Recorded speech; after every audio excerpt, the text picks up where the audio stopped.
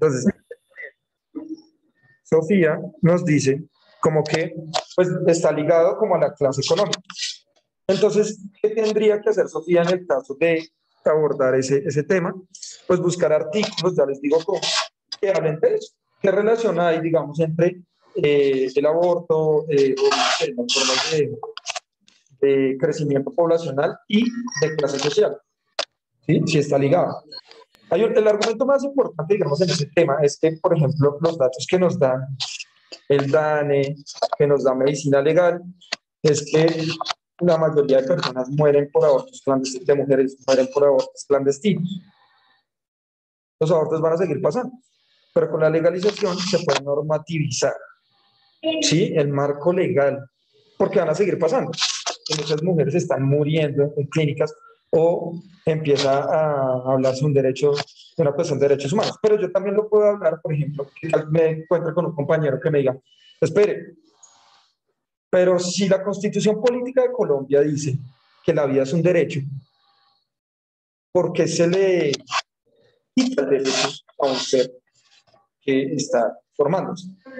¿Listo? Espera. 1 y 2.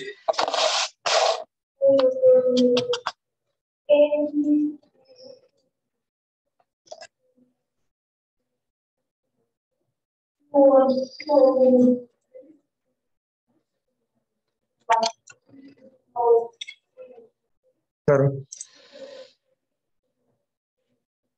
Mira, eso que tú estás diciendo es muy importante. Eso es un argumento.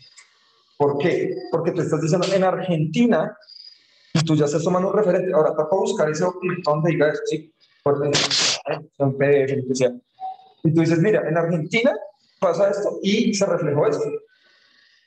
Y vamos a hacer un homólogo en Colombia. O sea, vamos a mirar si eso se puede proyectar en Colombia. Ahí tú estás tomando un argumento. ¿Sí? Tú no estás diciendo, no, pues yo creo que sí, porque pues sí. Sí, porque pues, que si el aborto pues tiene que ser. Y sí, es mi cuerpo y es mi decisión. O sea, eso no es un argumento, es una opinión. El argumento es cuando yo ya lo estructuré muy bien. 3, ¿listo? 2.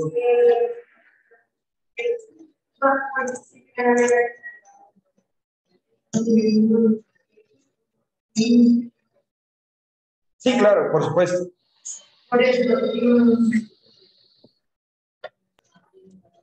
Mira que cuando yo vi bioética en la universidad, por eso mi doctorado lo quiero hacer en bioética, nos da la siguiente cuestión, que es muy difícil. ¿Cuándo empieza una vida humana? Una vida humana. Entonces muchas personas, era un debate increíble, porque uno dentro de la mente cuando le plantean la pregunta, uno ya la tiene clara. Pero cuando uno lo exterioriza, lo habla, se da cuenta que un compañero puede pensar una cosa, otra cosa, otra cosa. Digamos, unos decían, no, cuando entra el espermatozoide al óvulo, ahí empieza la vida humana. Otros decían, no, cuando ya tiene sistema nervioso el feto.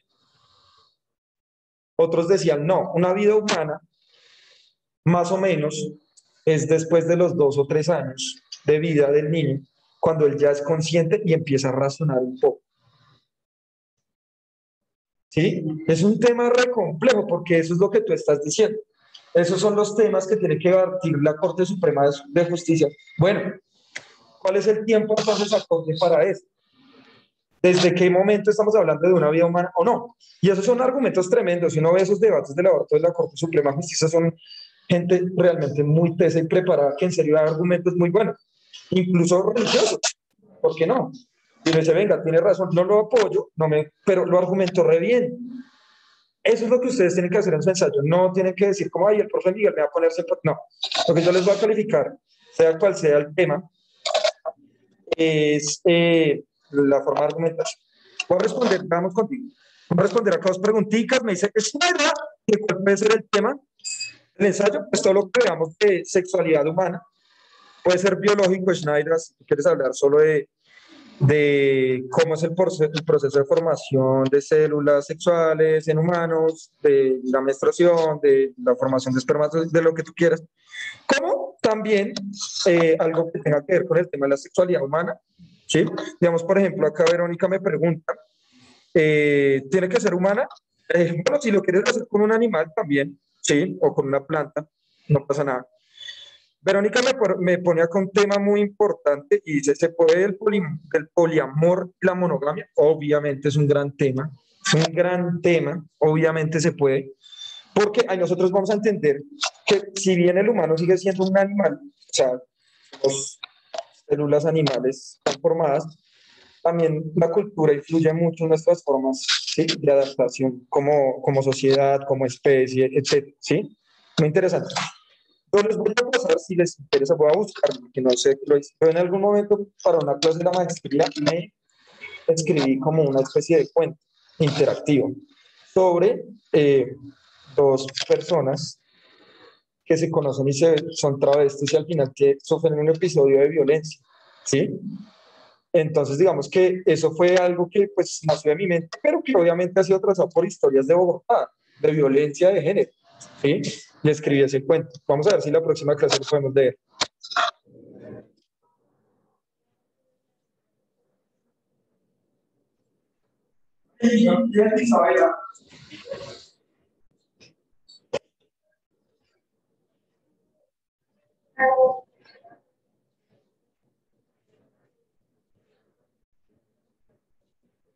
Bueno, miren lo que dice Isabel. Dice que ella dice que un aborto, además de ser legal, debería ser gratuito, ¿sí? O sea, cubierto por el Estado. Eso traería unos debates muy importantes que obviamente no son menores, porque eso quiere decir que pues el Estado debe brindar las garantías para ello.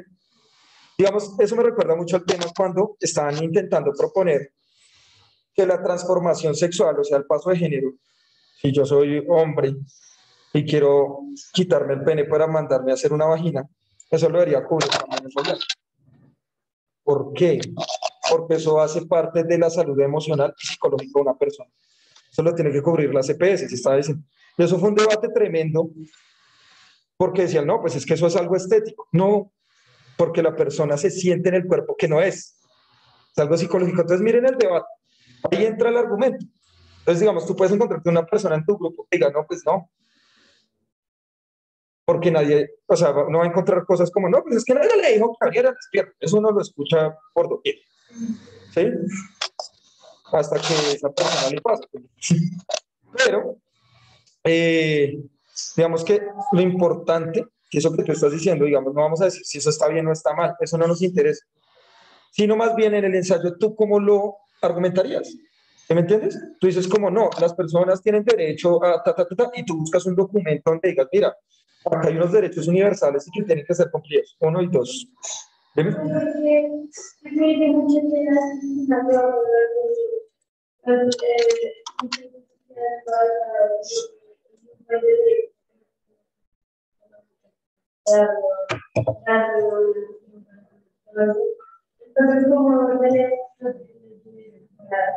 Bueno, digamos que ahí hay varias cosas.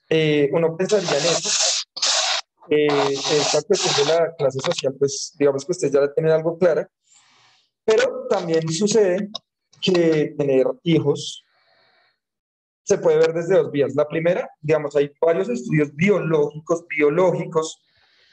donde dicen que las poblaciones de clases bajas es muy clasista ese tipo de estudios y también, bueno, es terrible, pero bueno, es un argumento y son datos y hay que dar. Muchos biólogos dicen que las clases bajas tienen muchos hijos porque tienen menor probabilidad de sobrevivir. ¿Sí? ¿Sí me entienden? O sea, eso es lo que dicen los estudios biológicos.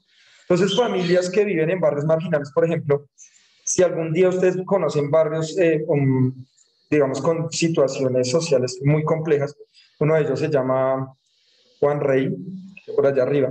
Cuando ustedes van allá y vienen acá, la diferencia es monumental en términos de la población, me refiero. La población que vive allá no supera los 30 años. Uno no suele ver viejitos. Cuando uno viene a zonas acá más acomodadas, uno ve viejitos en los parques, trotando, etcétera. ¿Qué nos está diciendo eso? Que la realidad barrial impide que las personas lleguen a cierta edad por cosas de violencia o no sé, tocará ver profundamente qué es lo que pasa. Pero es una realidad. Uno casi no ve personas de la tercera edad como las ven en otros lugares. Y varios estudios dicen eso. O sea, pues las personas pobres tienen o son más vulnerables a la violencia, que pierdan más hijos por la violencia. Pongamos por caso los falsos positivos, que eran personas de clases muy bajas y mataron a 6.400 personas jóvenes por ser pobres. Una clase alta lo mató. Bueno, digamos que gran parte de la población puede llegar a tener EPS. Lo que pasa es que también eso de la salud, cómo se volvió un negocio. Digamos, eso también puede ser un tema tremendo. Hablar de la salud como negocio. ¿Sí? Entonces, ¿cómo? Eso no responde tampoco, porque una cosa es, seguramente la mayoría de ustedes en su EPS serán tipo B, tienen mejores beneficios. Ellos son tipo A, tienen menos beneficios, ¿sí? Por el tipo de contrato y de salario que ganan. Y seguramente los jefes de sus papás serán tipo C, que son muchos más, o te pagarán prepagada, o algunos de ustedes pagarán prepagada. ¿Sí? Es una cosa complejísima, porque sí tienen el acceso, ¿sí? Pero es muy limitado en términos de realmente acceder a ese servicio. Y eso no es solo de los pobres, la clase media también lo sufrimos, o sea, pedir citas a la EPS es una cosa compleja. Y después vas tú.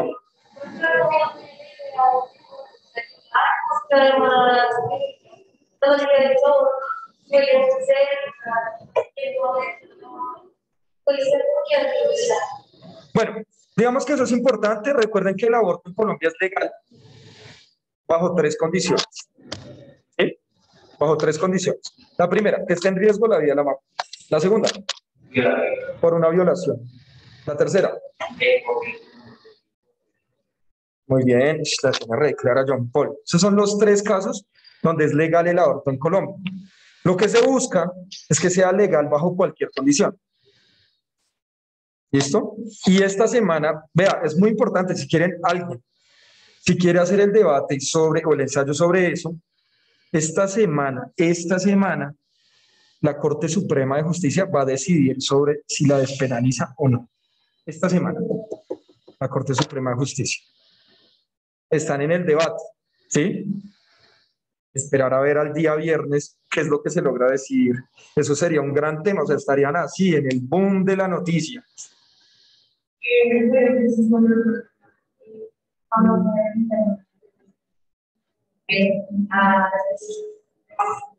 Bueno, no. ¿Por qué? Antes de que ustedes nacieran, cuando el profe Miguel era un niño, no existían las EPS. Esa cosa no existía. Existía algo que se llamaba el Seguro Social. Y todos los colombianos, por ser colombianos, teníamos derecho a eso. Y nos atendían y lo cubría el Estado, no tocaba pagar de más. Solo cubría el gobierno, ¿sí? Pero llegó un presidente por allá para el 2002 y puso algo que se llamó la Ley 100. Volvió privada la salud. ¿Y qué es una EPS? Empresa Promotora de Salud. Significa, es decir, un privado que copta los dineros de los trabajadores para prestar un servicio malísimo. Y se están robando toda la plata. Es más, la esposa de ese señor tenía una EPS que se llamaba, bueno, Salud Total, que todavía existe, pero la primera se llamaba Café Salud.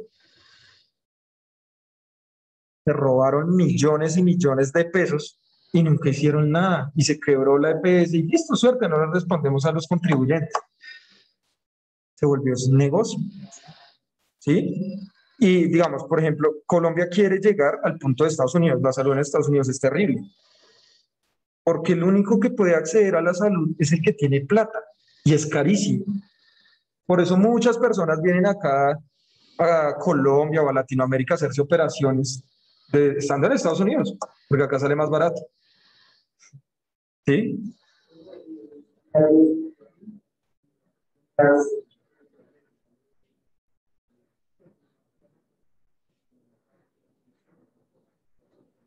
¿Le tocó qué? Todo es plata. O sea, claro, eso es todo es plata. O sea, eso es una cosa tremenda. Es el país más capitalista del mundo. Y Colombia no se sale de esa lógica.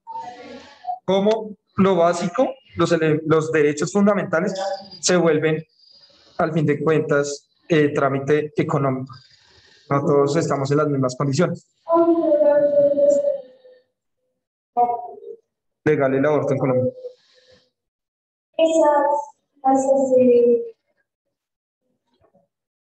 Sí, claro, eso sí lo cubre las EPS, y, digamos que los seguros tienen que cubrirla por obligación, ¿sí? Hay un tema muy importante, y ya seguimos con las partes del ensayo, y leo lo que me escribe acá Kevin. Es un tema muy importante, también está ahorita en boga, y es la eutanasia, ¿sí? También hay un derecho a vivir, pero también hay un derecho a morir dignamente. Eso lo establece la Constitución Política de Colombia. Las personas tienen que morir dignamente. Y una señora hace poco que sufrió una enfermedad terrible que se llama la esclerosis múltiple. Es una enfermedad donde tú empiezas a perder la movilidad de tu cuerpo porque las articulaciones y el sistema nervioso se va degradando. Entonces tú al fin de cuentas vas a quedar en una cama postrado sin poder moverte y que te hagan todo. La señora antes de llegar a ese punto hizo el proceso para la eutanasia. Ella dice, no, o sea, mi enfermedad no tiene tratamiento, no tiene nada, al fin de mis días yo no quiero terminarlos así. Y se la aprobaron. Pero eh, en muchos sectores religiosos pusieron muchos problemas, ¿no? Es que lo que prima es la vida. O sea, y ahí entra un debate, y es ¿qué importa más? ¿La vida o la dignidad? No sé, o sea, ahí es difícil, es que es difícil, es un tema difícil porque hay personas que realmente, digamos, por ejemplo, muchos filósofos latinoamericanos dicen que el primer principio tiene que ser la vida, ¿sí? Pero esa vida no puede estar atropellada por la dignidad misma. Entonces entra un debate, porque digamos, yo puedo decir, no, pues obviamente la dignidad, pero digamos que eso no lo rige solo esa persona, por eso a ella le negaron la eutanasia por fines religiosos. Y hace poco, hace como una semana, la Corte Suprema de Justicia dijo, no, se la tienen que hacer, quieran o no quieran, se la tienen que hacer. Pero entonces miren que es un choque, o sea, es un tema que no es fácil. ¿Sí? Son temas y que obviamente tienen que ver con la sexualidad misma. La sexualidad misma no tiene que ver con que haya penes y vaginas, sino cómo nosotros nos relacionamos entre nosotros. Eso es sexualidad, realmente. ¿Cómo nos relacionamos entre nosotros? ¿Sí? Entonces, esas formas de sexualidad implican relaciones de poder. ¿Sí? Es muy complicado también, digamos, por ejemplo, una persona que tenga esta enfermedad y que no quiera vivir con esa enfermedad, pero que sea muy religiosa y sabe que su Dios la va a castigar si toma esa decisión. Es muy difícil. ¿Sí? No debe ser fácil para aquella persona. ¿Sí? Incluso la persona de la eutanasia creo que es una persona muy creyente, religiosa, y ella dice, no, pues es que yo no creo que Dios me quiera ver sufrir acá en la tierra. ¿Sí? Pero pues otros sectores religiosos es una cosa muy interesante para analizar, y ahorita está en el debate tremendo, o sea, mejor dicho, ustedes tienen unas cosas allí para analizar tremendas. Yo les puedo ir ayudando, la otra clase si quieren traen ya cosas escritas o artículos o lo que sea, y los vamos mirando. Póngase el tapabocas, John Paul, papu, no ha pasado el pandemio. Listo, dice que ha dicho. Profe, si yo en mi escrito, por ejemplo, del aborto, digo que debería ser legal y pongo argumentos, pero digo que también debería llevarse un registro de abortos para que no lo cojan de deporte. Eso cuenta como opinión. La última parte sí. La última parte sí vendría siendo una opinión, a menos que tú, digamos, seas como muy hábil de decir, como, bueno, eh, puede pasar, porque es que igual, no es que, o sea, yo no creo que lo cojan de deporte, porque pues igual la gente aborta clandestinamente.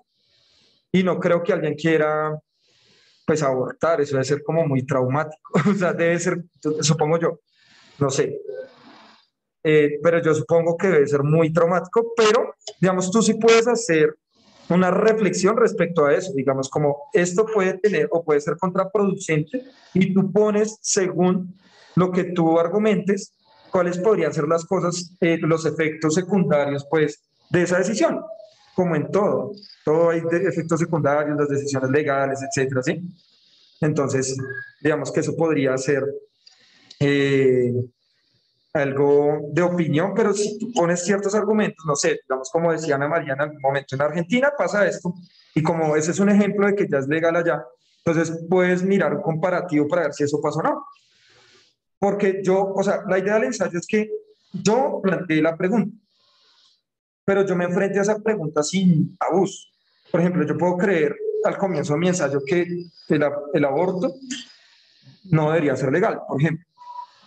Y a medida que yo lea artículos y todo eso, yo diga, uff, no, me di cuenta que sí, o viceversa. La idea es que uno transforme ese pensamiento. Esa es la idea del ensayo. Es el trabajo más difícil que les he pedido en todo el año. Más difícil, porque implica pensar. En las exposiciones no implican pensar, o sea, solo aprenderse cositas ahí ficticias. ¿Sí? Sí, a ver, dime, mi amor. Bueno, no, lo que pasa es que hay un temor generalizado en la población y es como que aprueben el aborto significaría como acolitar, entre comillas. No estoy diciendo que solo diga que, sino es algo que se escucha en muchos lugares, ¿no? Eh, Muy bien, Verónica, sí me parece. Esa es la actitud. Ah, bueno, Verónica ya sabe, y Vargas porque hicieron ponencia, ¿no? Ya saben cómo hacerlo. Eh, pues digamos que hay un temor generalizado que es como, no, si lo aprueban, pues eso es acolitar o como que tengan relaciones sexuales y no se cuiden y todo eso. ¿Sí? Bueno, digamos que de pronto en tu perspectiva no, pero pues digamos si uno le pregunta a personas ya mucho más mayores, ¿sí? Pues digamos que van a tener esa opinión y no van a estar de acuerdo por eso mismo. ¿Sí? Ese es el debate tremendo, o sea, porque la idea también es, como estamos en una democracia, mirar lo que el pueblo también considere necesario para ellos mismos, ¿sí? Entonces eso implicaría plebiscitos y no sé. Es un debate tremendo, además es un país supremamente religioso. Obviamente yo no creo en eso, no creo que pues eso sea como, porque pues digamos que el tema es de pronto lo que decía Sofía, y es como una campaña de concientización, de hablar más abiertamente desde la sexualidad y del cuidado del cuerpo, porque es que ese es el tema, no hay una política de cuidado del cuerpo. Digamos, por ejemplo, podemos hablar, y sería muy interesante hablar, de qué población es la que más se contagia de enfermedades de transmisión sexual. ¿Sí? ¿Qué generación? O sea, los jóvenes, ¿de qué a qué edades son los rangos más altos de contagios? ¿Sí? Que se contagien a esa edad. Si en la adolescencia, si en la adultez, ¿en qué? ¿Sí?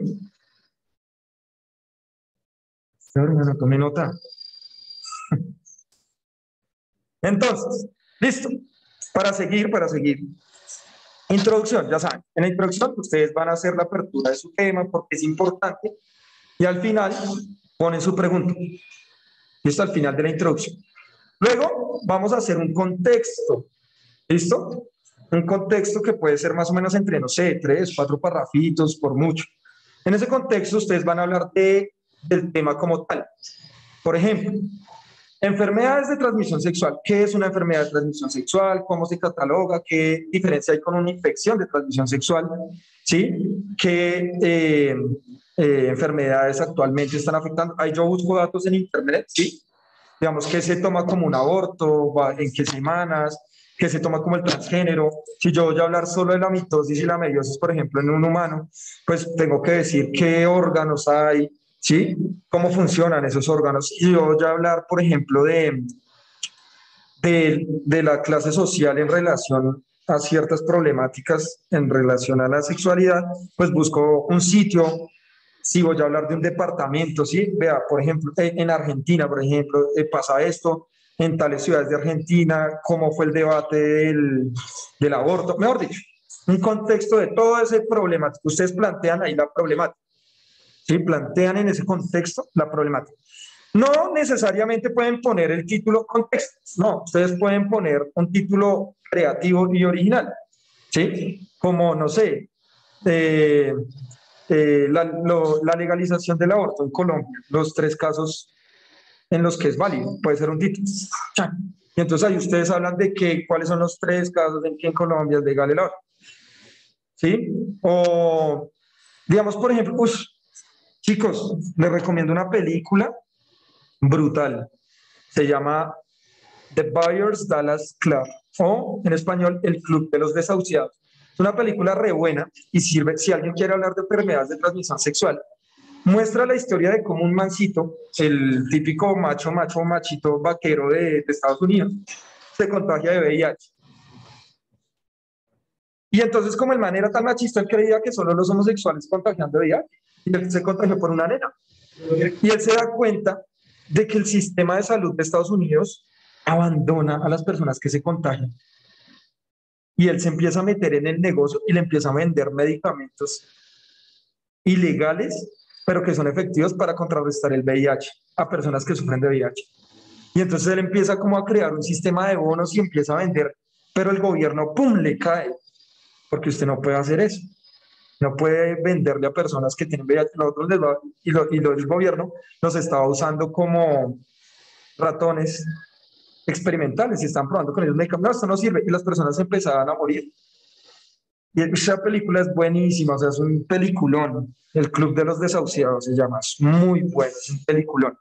Recomendado si se quieren trabajar por el lado de las ETS, porque las enfermedades de transmisión sexual, igual que el cáncer, se volvió un negocio. ¿Sí? Al sistema de salud le conviene que las personas tengan cáncer, por ejemplo. Porque es que una quimioterapia es carísima. Y puede que a la persona que sufra cáncer no le cueste mucho, pero a la EPS sí. Entonces ahí se va gastando el dinero. Y eso se volvió un negocio tremendo. También las enfermedades de transmisión sexual son tremendo negocio. Pero casi no se encuentran curas.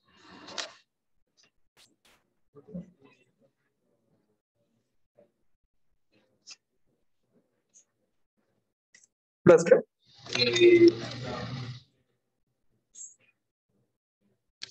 Bueno,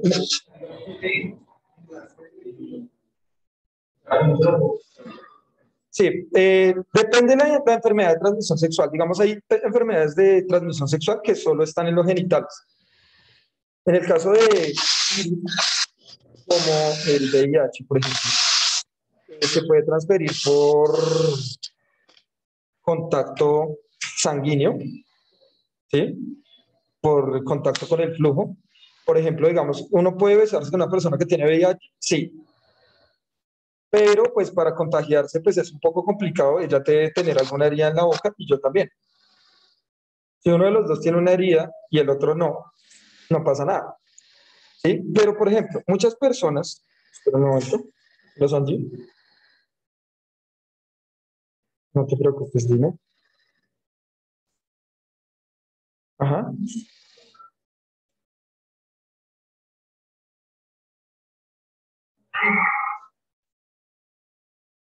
Pérez, pero él es de octavo A. Gabriel Pérez es de octavo A, ¿cierto? Listo. Vale, vale, sí.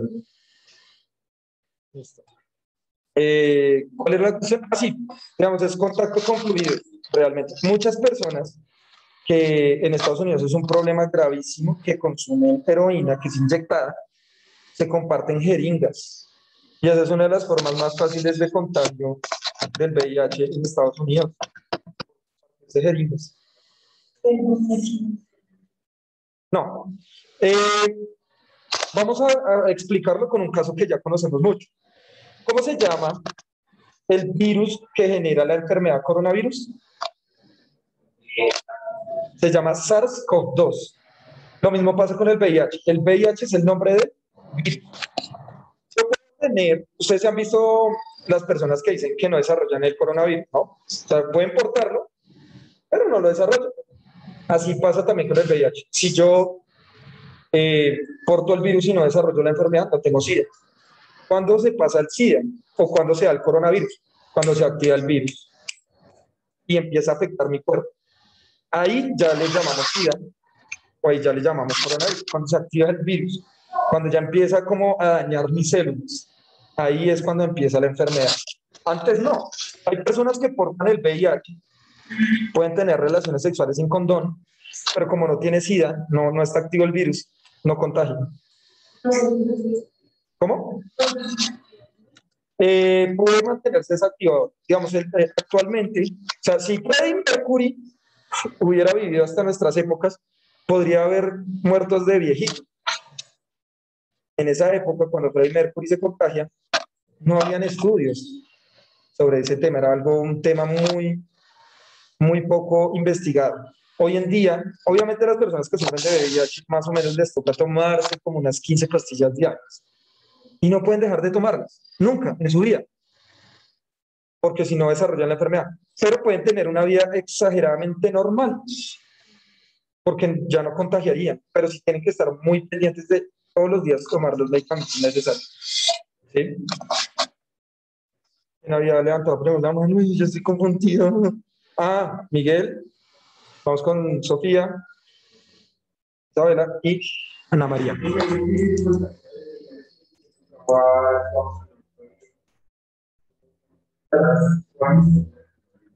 Puede pasar, sí, se esconden las células, es una cosa tremenda. Aunque hay una prueba que se llama la Western Blot, que esa sí es 100% efectiva, pero casi no la hacen porque es muy cara. Es la primera que hacen, es una prueba que se llama ELISA, no es tan confiable. No, el BPH es otro virus, eh, crea cáncer de cuello uterino, cuando se desarrolla el virus genera cáncer de cuello uterino, y en los hombres genera cáncer de pene. También los hombres tenemos, sí. Sí, no. Pues digamos que eh, se supondría que sí, que los hombres también podrían ponerse la vacuna del virus del papiloma humano, porque también los afecta. Lo que pasa es que hay una política de cuidado mucho mayor en mujeres que en hombres. ¿Sí? Una política mucho mayor. Los hombres, por ejemplo, si quieren hablar, un tema interesantísimo también, el cáncer de seno en los hombres. Actualmente, las personas que más mueren por cáncer de seno somos los hombres, porque creemos que eso es una enfermedad que solo afecta a las mujeres. Y pues resulta que no, nosotros tenemos glándulas mamarias también que podemos generar cáncer. Entonces los hombres no nos hacemos el autoexamen, ¿sí? No nos hacemos el autoexamen. Tenemos que hacerlo. Porque en serio, actualmente ya las mujeres lo previenen mucho, porque están muy informadas. Pero los hombres solo cogemos nuestro cuerpo para cogernos el pito. Y ya, en serio. Pero o sea, no miramos otras partes de nuestro cuerpo con el mismo cuidado. ¿Sí? Es más, ni siquiera el pito. O sea, eso es como... Sí. Entonces, eso es un problema. Eso es un problema. Digamos, hablar de cómo hay una autopolítica de cuidado del cuerpo, eso es un tema muy importante, que se ve mucho más reflejado en la mujer, que también tiene efectos secundarios porque pues, a la mujer le cuesta mucho más explorar su cuerpo por eso mismo. ¿Sí? Porque tiene que en la cabeza que no, es pecado, está malo, tocarse, no sé. Entra, o sea, explora mucho más tarde que un hombre, casi siempre, las mujeres, el cuerpo. ¿Sí? Pero, pues digamos que es algo que pasa. Bueno, me dice acá qué significa VIH, virus de inmunodeficiencia humana. O sea, un virus que te destruye los glóbulos blancos, es muy lindo. Listo. ¿Queda claro el contexto? Ay, esperen, y van a participar más. Después de Miguel y Kenia. No, María, tú eres la última.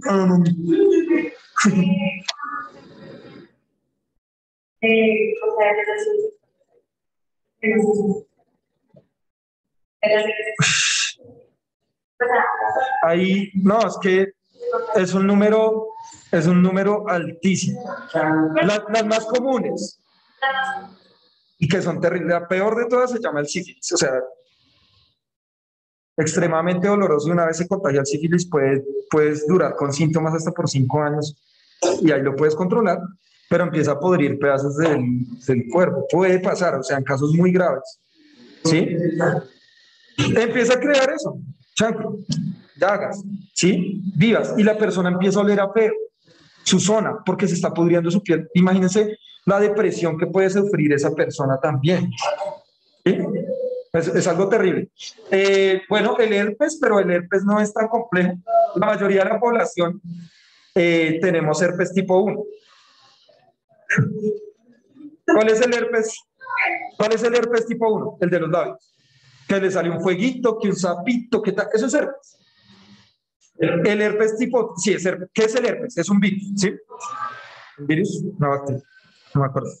El hecho es que el herpes llega al cuerpo y desaparece. Usted todo el tiempo no tiene fuegos, sino es el momento, es cuando usted se le baja las defensas, cuando tiene gripa o algo así, y ¡pum! Le aparece. El herpes genital también es lo mismo. pues por épocas pueden salir, etcétera, y se puede controlar muy bien, ¿sí? Enfermedad complicadísima, complicadísima, hepatitis C. La mayoría de enfermedades de transmisión sexual no tienen cura. ¿Por qué? No tienen cura. ¿Por qué? Yo, Miguel, creo, es una opinión, no es un argumento. Yo creo que porque es un negocio.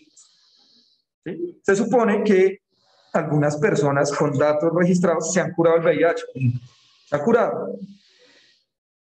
Pero muy pocos. No, muy pocos. Hay registro de muy pocas personas, que yo sepa dos. ¿Cómo?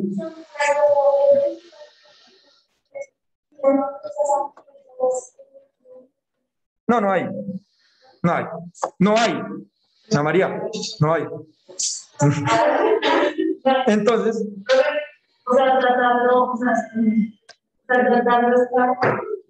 Es carísimo. Es carísimo. Primero, son dos cosas.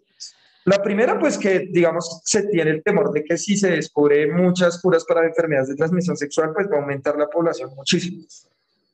Y porque pues ya no habría miedo, sí, porque es una política del miedo. Y segundo, pues los tratamientos para mantener cualquier enfermedad de transmisión sexual son carísimos, pero re caros. ¿Sí? Entonces eso es un negociazo, es como las vacunas. O sea, si las empresas que hacen vacunas no pensaran en dinero, no habrían tantas vacunas, sino todos trabajarían en una sola, todos. Pero no, está la Pfizer, la Sinovac, está... No. Esto es lo que manda, esto es lo que manda, ¿sí? El dinero. ¿Listo?